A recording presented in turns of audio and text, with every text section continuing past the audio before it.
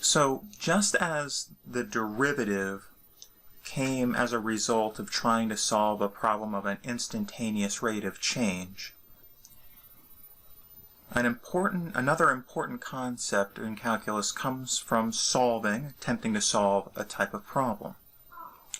Mathematicians at the time were trying to solve an area problem. They wanted to know in general how you could find the area under a curve. So let's say that we have a generic curve, a continuous function f of x, and we want to know the area between the curve and the x-axis over some interval a to b.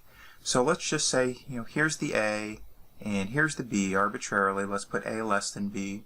So what I'm looking for is, if I think of this vertical line here intersecting the curve from a and another vertical line intersecting the curve from b, I'm looking for the area of this region that I'm shading, the area between a and b and between the x-axis and the curve.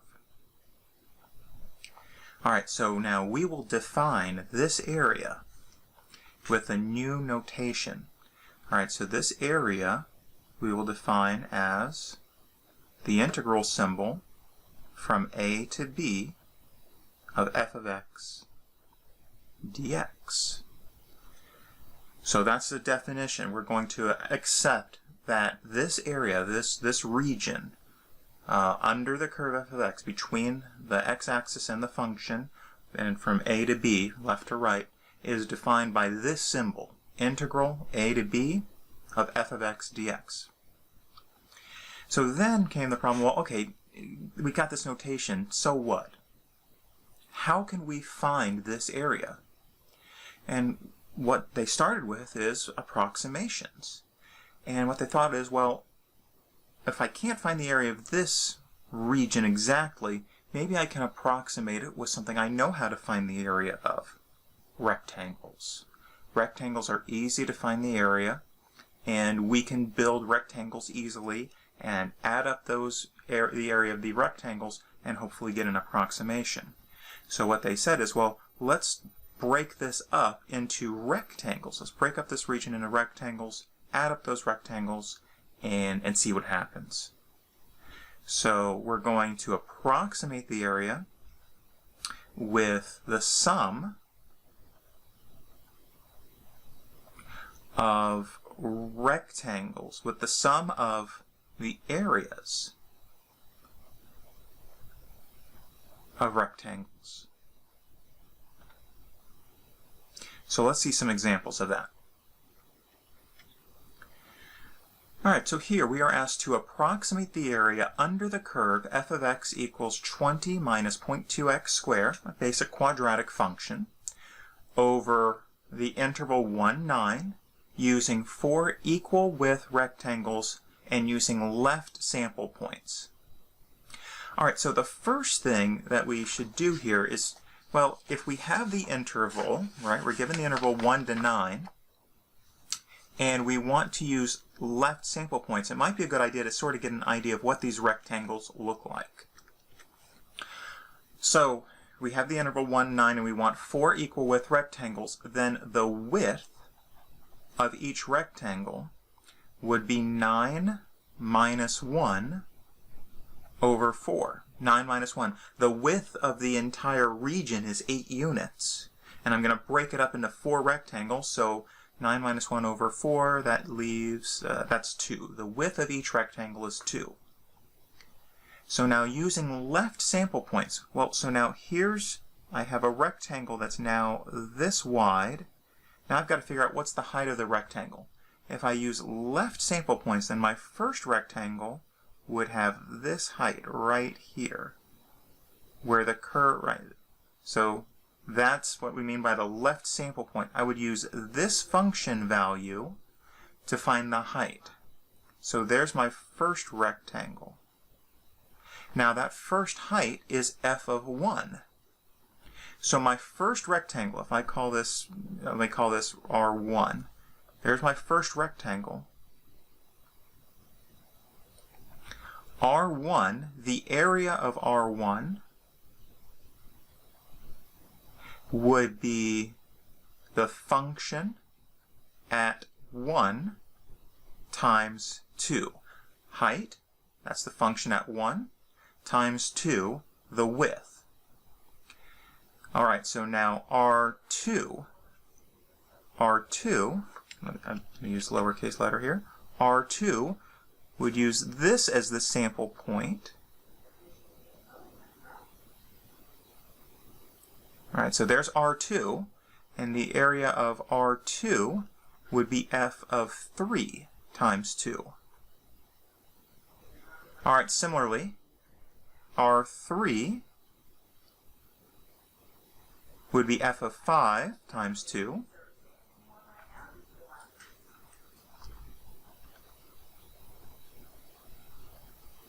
And finally, R4 would be f of 7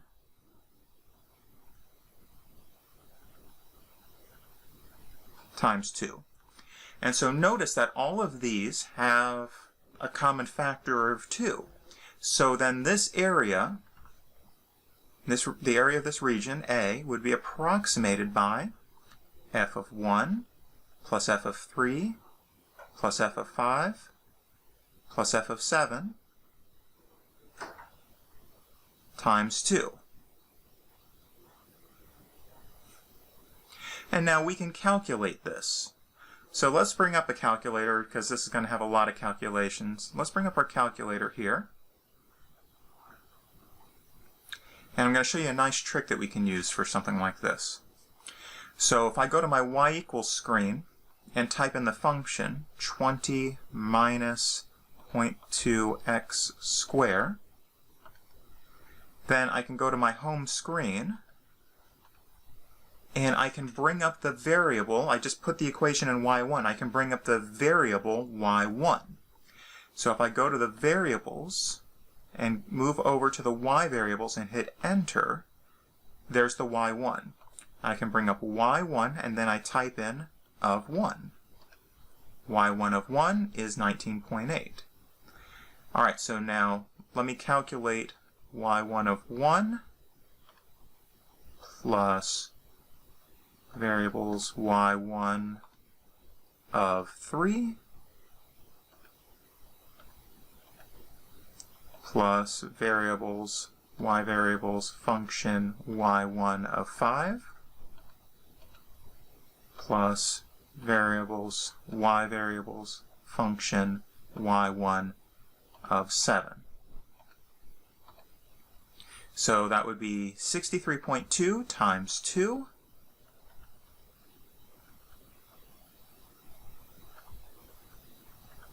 And so that's 126.4. Now, and if we look at this diagram, if we look at those rectangles, since this was a decreasing function, I think it's fairly obvious that this would be an overestimate of the actual area under the curve. Now, and if we look at this, notice this is a summation, right? This is a summation. And so if you remember back in maybe in your pre-calculus course, you learned about some summation notation, a sigma notation. And so this area can be thought of in sigma notation. The area is sigma from I equals 1 to 4, right? The index starts at 1 and we're going to have 4 terms. And I evaluated the function at some sample point. How would I get to 1, 3, 5, and 7? From 1, 2, 3, and 4, I would take, that's a 2i minus 1. Right? If I is 1, 2 times 1 minus 1 is 1. If I is 2, 2 times 2 minus 1 is 3, etc. So f of 2i minus 1 times 2. So we could build that sigma notation, that summation. Now, this is generalizable. Here I gave I said 4 equal width rectangles. What if instead there were n equal width rectangles? Well, then the width of each rectangle would still be the total width, 8. And instead of dividing by 4, I would divide by n.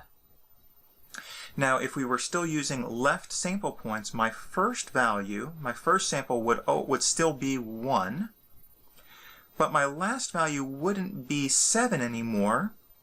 And so notice, to get to the 7 is 9 and minus the 2, minus the delta x. And so then the xn would have been 9 minus 8 over n. 9 minus the delta x. Now, in general, though, what if we didn't know the a? What if it wasn't specifically 1 and 9? What if the interval was instead a to b instead of 1 to 9? Then the delta x would still be the width, b minus a over n. The x1 would be the left value, a, and the nth x value would be the right value, b, minus the delta x. So now I would like for you to try the similar exercise, except now I'm asking you to use right sample points instead. So go through a similar process using right sample points. Now would be a good time to pause. So if we're still using 4 equal width rectangles, our delta x, our width, is still 2. And so then our first region, there's our first rectangle. There's our second rectangle. There's the third rectangle. And there's the fourth rectangle. And so then the summation, right, the sum, the area, would be approximated by, should really be an approximation, not an equals. The area would be approximated by the function at 3 times 2 plus the function at 5 times 2 plus the function at 7 times 2 plus the function at 9 times 2. Or, right, we can think of that as the function at 3 plus the function at 5 plus the function at 7 plus the function at 9. All that sum times 2. And then if we do this on the calculator, I'm not going to bring up the calculator again. I've shown you the basic idea for it. You would just need to change out a couple of the terms. If you do this correctly, you get that this is equal to 94.4. And if we look at this region, if we sort of think about what we have so far, notice that this would be an underestimate, right? Because in a sense, we've forgotten to include this piece, right? This piece is missing, this piece is missing, this piece is missing, this piece is missing. And so this would be an underestimate. All right, now if we wanted to think of this area in the summation, the sigma notation, this area is approximated by a summation, again from I equals 1 to 4. And then the function evaluated. Now, how do we get to 3, 5, 7, and 9 from 1, 2, 3, and 4? We'd have 2i plus 1. And again, then times 2, the delta x. And then generalizing this, the delta x in this case would still be 8 over n. If there were n rectangles, we'd have 8 over n as the delta x. My first sample point, since I'm using the right sample point, my first sample point would be 1 plus 8 over n. And my nth sample point would be the right end point, would be 9. And then more general, if we had instead a general interval a to b, the delta x would still be b minus a over n. My x1, my first sample point, would be starting at the right, move delta x to the right. So a plus delta x and then my nth value, my nth x sample point, would just be the b value. Let's look at one more situation. So now, instead of using a left endpoint or a right endpoint, what if we use midpoint sample points? All right, so now would be a good time to pause and try and complete this entire exercise on your own. So if we were using midpoints with still 4 equal width rectangles, the delta x is still 2, right? That's not going to change. So my first rectangle would still have this width. The black isn't showing up well here. Let's use blue. So I'd still have this width. Right? My first subinterval would still be from 1 to 3. And then the midpoint of that would be at 2. And so I would build my rectangle off of the function at 2. So there's my first rectangle. Then similarly, my next subinterval would be from 3 to 5, and the midpoint there is 4. And so here's my second subinterval, my second rectangle. From 5 to 7, the midpoint is 6. There's my third rectangle. From 7 to 9, the midpoint is 8, and there's my fourth rectangle. And so with the delta x still being 2, my area then would be approximated by, we've seen this a couple of times before, the function at 2 plus the function at 4 plus the function at 6 plus the function at 8. Add those up, multiply by the delta x, multiply by 2. And if we do this correctly on your calculator, I get this to be exactly 112, or the approximation is 112. Now, if we wanted the summation notation for this, for the midpoint, it would still be the summation from I equals 1 to 4. Now, how do I get from 1, 2, 3, 4 to 2, 4, 6, 8? I'm just multiplying the I by 2. F of 2i times 2. And so then generally, if we were using midpoints and we had n equal width rectangles, then the delta x is still 8 over n. The x1, start at the left, start at 1, and you'd add, now let's think about this. How would I get from 1 to 2? Well, I can add, basically that's adding 1, and the 1 is half of the delta x. So I'd have 1 plus 8 over n over 2. Similarly, how would I get from 9 back to 8? 9 minus 8 over n over 2. And again, even more general, if we had the interval instead, just general a to b instead of 1 to 9, then the delta x is still b minus a over n. And then the x1, the first sample point for the midpoint, the x1 would be the a plus delta x over 2. And then the n, the x sub n, would be the b minus delta x over 2. And so those are some more generalizable things. So in each of these last few exercises, we used a fairly small number of rectangles, 4 rectangles, and just used some different methods. And so now the big idea is, well, how would we get better approximations? And as you might guess, to get better approximations, we can just use more rectangles. So what we're going to do is say, well, if we want a better and better approximation, we're going to build more and more rectangles.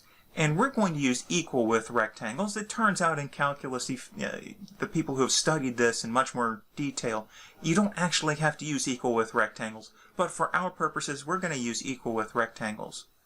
Now, as you can imagine, doing all these calculations over and over, it's going to get kind of tedious. We're going to build a little routine on our calculator that can show the sum of a sequence, which is all we're doing. We're finding a sequence of numbers, we're adding them up. Now that's called a series, and I've been using that series notation, that summation notation.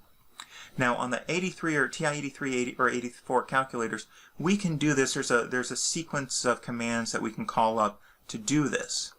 And I'll show you where those are in a moment. Now for our most recent example with the midpoint, our delta x, so the command sequence is you're going to bring up a command called sum, you're going to bring up a command called sequence. You're going to type in the delta x times the function, comma, x is the variable that we're using, comma, we're going to type in where we want the sequence to start, the x1, comma, we're going to type in where we want the sequence to end, the xn, comma, and then the delta x again. And that tells us how far to space each term of the sequence, or series really. So for our most recent example, our delta x was 2. Our f of x was 20 minus 0.2 x squared, which we called y1 of x, right? I typed that y1 into the y equals screen, and I've been calling it y1 of x. The x sub n was 2, and the x sub 1 was 2, the x sub n was 8. So putting that all together, I need to bring up the command sum sequence 2 times y1 of x, comma 2, comma 8, comma 2. All right, where this is the x1, this is the xn, this is the delta x again. And again, this is the delta x. So on my calculator, let me bring that up over here. So the sum command, to get there, you have to go to the list feature. Hit second and the stat button to bring up the list, and then you have to scroll over to the math submenu. And there's the sum command. It's the 5th option. So I'll just scroll down to sum and hit enter. Sum. To bring up the sequence command, go to the list again, but now go to ops instead for operations. Sequence. Hit enter. Oh, this is different on my calculator. Okay, so this is nice. This is on the more advanced TI-84. Alright, so I'm just going to go ahead with it and type this in. The expression I'm bringing up the variables, y variables, function, y1 of x. Or you can type in the 20 minus 0.2x squared. The variable is x. Where do we want this to start? At 2. Where do we want this to end? At 8. What do we want the step to be? 2. And then we're going to go down to paste and hit enter. And it typed all that in for us. Now, if you don't have that fancy mechanism on your calculator, if that screen didn't show up, you just literally type in that stuff. Oh, but I forgot something here.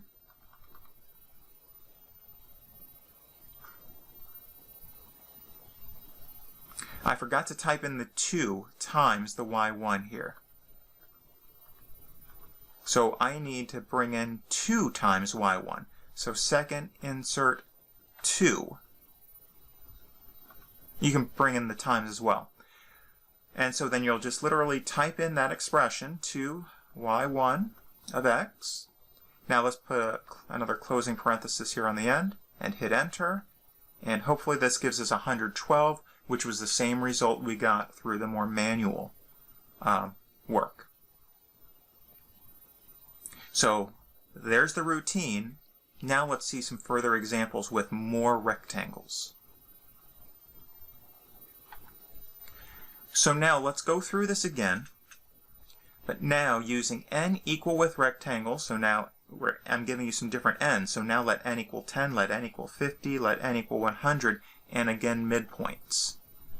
All right, so using midpoints now, then we've got to figure out what would be the delta x, the x1, the xn. If n equals 10, then the delta x would be 8 over 10, and so that's 0.8. The x1, we're using midpoints, so x1 would be 1 plus 0.8 over 2, so that's 1.4. The xn would be 9 minus 0.8 over 2, and so that would be 8.6. Let's bring up the calculator now. Now, what's nice is once I've typed this in once, I don't have to type in everything again. I just have to make some changes. Go up to this and hit enter, and it brings up that whole line of code again. Or on the older calculators, if you hit second, let me clear this out. If I hit second and enter, it brings up my last entry. So now, what do I need to change? I got to change that too. That was the delta x. I've got to change that to 0.8. So let me second insert 0.8. And I can delete that too. All right, what else do I need to change? I've got to change my starting value. All right, my starting value was 2. I don't want 2 anymore, I want 1.4. So let me second insert 1.4, and I'll delete the 2. And instead of 8, I want 8.6. So second insert 8.6, delete the 8. And instead of 2 again, now that's the delta x again. Instead of 2, I want this to be 0.8. And then I'll close off everything. And then I hit enter on this, and it gives me 111.552. So if n equals 10, I get 111.552. All right, now what I'd like for you to do is to try this same concept, but now with n equals 50 and n equals 100. So good time now to pause and try this one out on your own. All right, so using n equals 50, then delta x would be 8 over 50, which is 0.16. And so then my x1 would be 1 plus 0.16 over 2. That's 1.08. My xn would be 9 minus 0.16 over 2. And that would be 8.92. All right, let's bring up my calculator and find the sum of that sequence.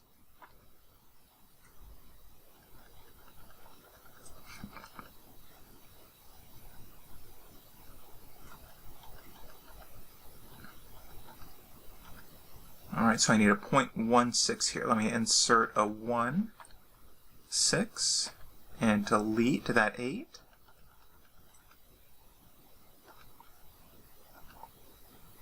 My starting value is 1.08. I need to change that out.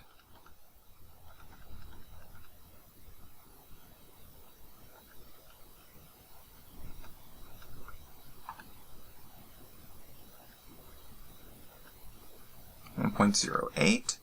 My ending value was 8.92.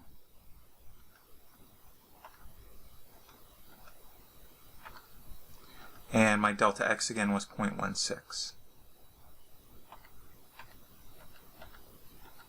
Oh, too many parentheses there. Delete that. Hit enter, and I get 111.47008.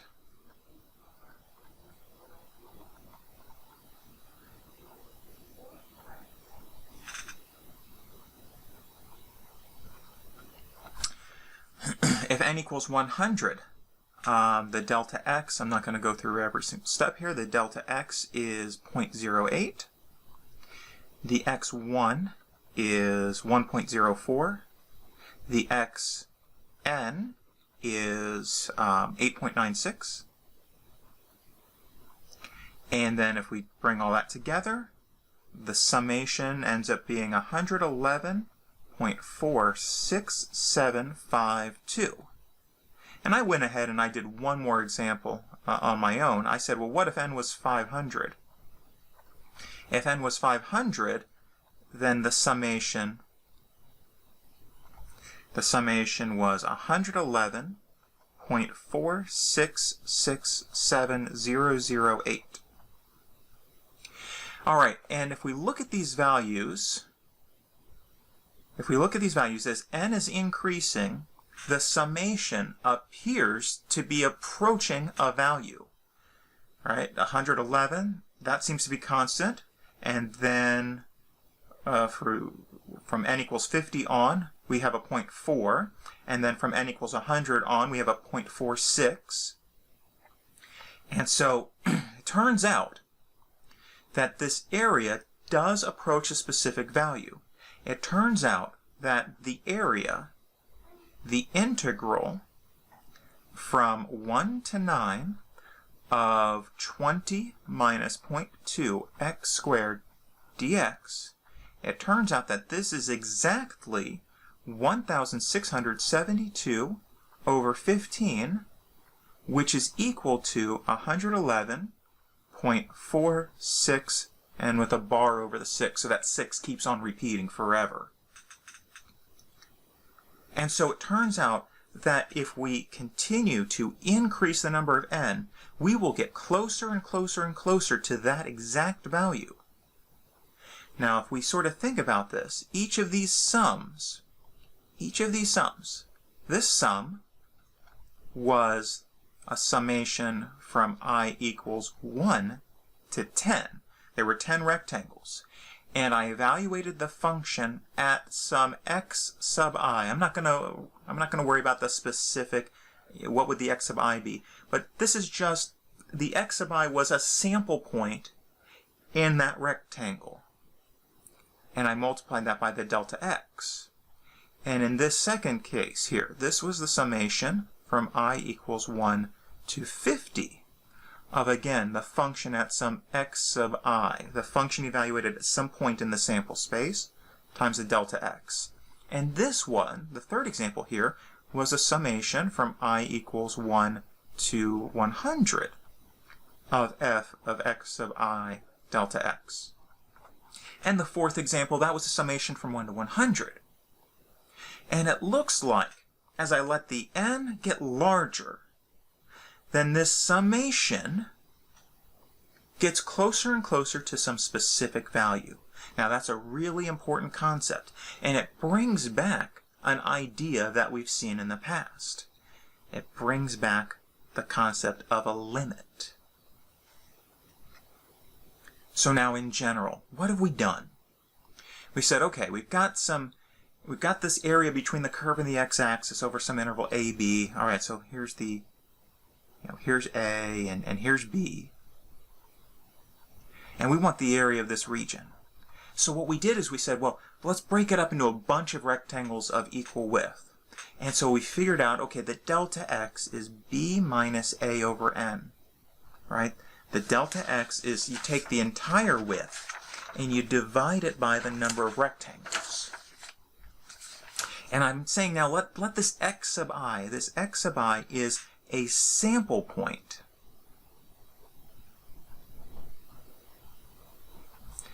in the ith rectangle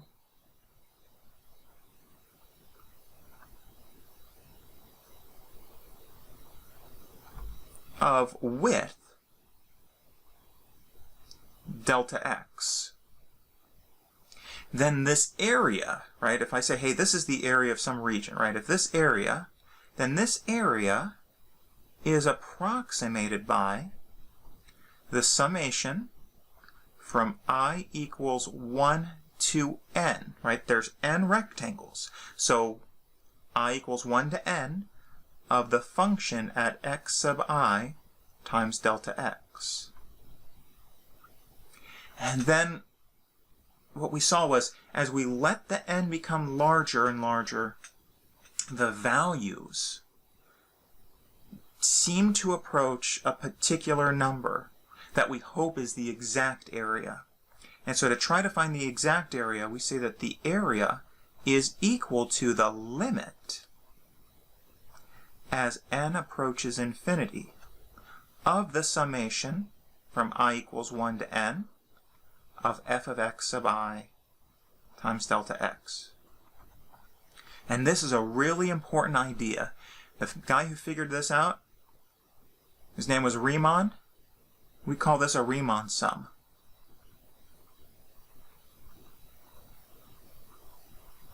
So the limit is, if we have this special sort of summation where we're adding up the function, some function, at a sample point times a small widths times a delta x, where that delta x is a b minus a over n, and we take the limit as n approaches infinity, we call this a Riemann sum.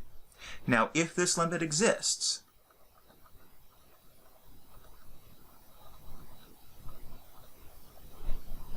then this limit, this Riemann sum, as n approaches infinity, sigma I equals 1 to n f of x sub I times delta x, that limit is equal to the integral from a to b of f of x dx.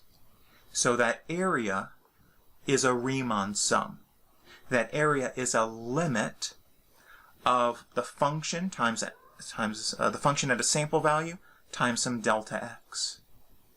And so this area problem ends up being solved with a limit, that first concept we saw in this course. But it's a very specific kind of limit.